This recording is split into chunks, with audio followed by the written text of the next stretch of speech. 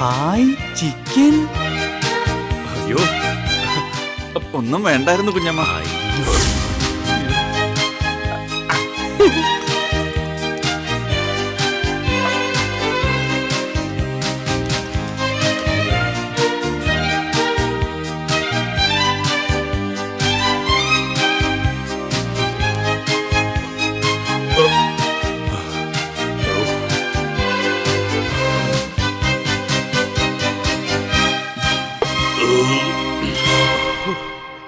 ഇപ്പോഴൊന്ന് ശ്വാസം നേരെ വീണത്. ഒരു ആനയെ തിന്നാനുള്ള വിശപ്പുണ്ടായിരുന്നു കുഞ്ഞമ്മേ. ഇട്ടിച്ചനൊരു ആനയെ വാങ്ങിക്കുന്ന കാര്യം പറഞ്ഞായിരുന്നു, വാങ്ങാതിരുന്ന നന്നായി. ചേട്ടാ ഞെരിക്കണ്ട. കുഞ്ഞമ്മ ഞങ്ങൾ ഇറക്കിയെന്നറിഞ്ഞ അമ്മ ദേഷ്യപ്പെടും. ദേഷ്യപ്പെടട്ടെ. അല്ല, നിങ്ങളുടെയൊക്കെ അമ്മ എവിടെ പോയി? അതാ കരണം വളർന്ന അനാഥാലയത്തിൽ ഇടയ്ക്കിടയ്ക്ക് ചില ചടങ്ങുകളുണ്ടാവും. അവ അമ്മയും കുട്ടി പോവുകയും ചെയ്യും. പാവം, ഇതിന്റെ ഇടയിൽ നിന്ന് രക്ഷപ്പെടുന്നതാവും. ജോർജെ, നിനക്കിവിടെ എന്താ കാര്യം? വെറുതെ നോക്കിന്ന് പിള്ളേരെ കൊതിപ്പിക്കാതെ പോയേ. അയ്യേ, മോനെ നല്ലോണം കഴിക്കും, നല്ലോണം കഴിക്കും. ആ, നീ എന്താ വേണ്ടേ?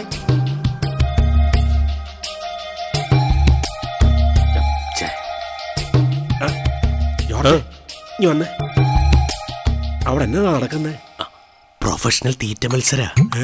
ജീവിതത്തിൽ ഇതുവരെ ഭക്ഷണം കണ്ടിട്ടില്ലാത്ത മാതിരി ഇരുന്ന് തിന്നുവാ. എന്റെ കർത്താവേ. പിന്നെ ഇട്ടിച്ച അങ്ങോട്ടൊന്നും പോണ്ട, ഇട്ടിച്ചന്റെ ബോധം പോവും.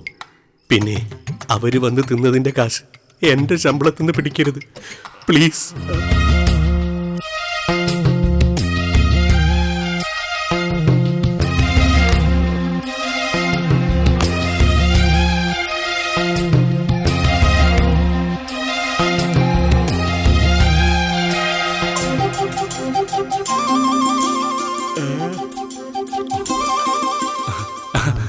നമസ്കാരം ചിറ്റപ്പ.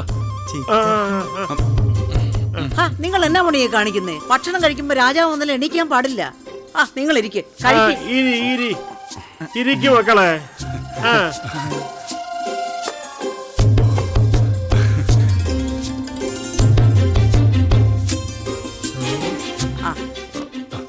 കുറച്ചുകൂടെ.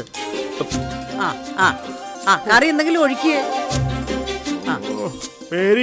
ഇച്ചിരി വെള്ളം. ദാ ചിക്കൻ എടുത്ത് കഴിക്കേ. ആ, നീ എന്തെങ്കിലും കഴിക്കേ.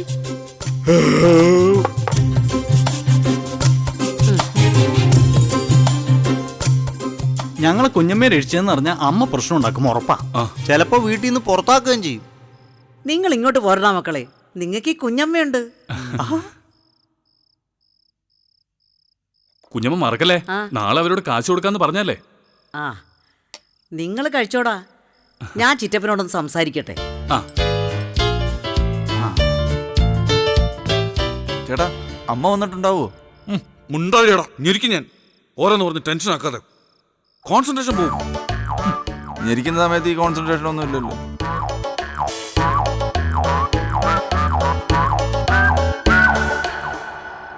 എന്നതാടി മേരി ആ മേശപ്പുറത്ത് കണ്ടത്? നമ്മളൊരു 3-4 മാസം തിന്നാനുള്ളത് നീ ഒന്നിച്ച് വേവിച്ചിട്ടുണ്ടല്ലോ. ദൈവദോഷം പറയാതെ. അവർക്ക് നിങ്ങളോടുള്ള ബഹുമാനം കണ്ടോ? അതുകൊണ്ടാ ചാടി എണ്ണീറ്റത്. അതുകൊണ്ടൊന്നും അല്ല, ആ, വയറിന് ഇടം കിട്ടാൻ വേണ്ടി നിവർന്നു നിന്നതാ. ഓ, ഇങ്ങനെ ഒരു കാര്യം. പിന്നെ 1,60,60,000 രൂപ എനിക്ക് തരണം. എന്തോ? പിള്ളേരുടെ കടം വീട്ടുണ്ടായോ?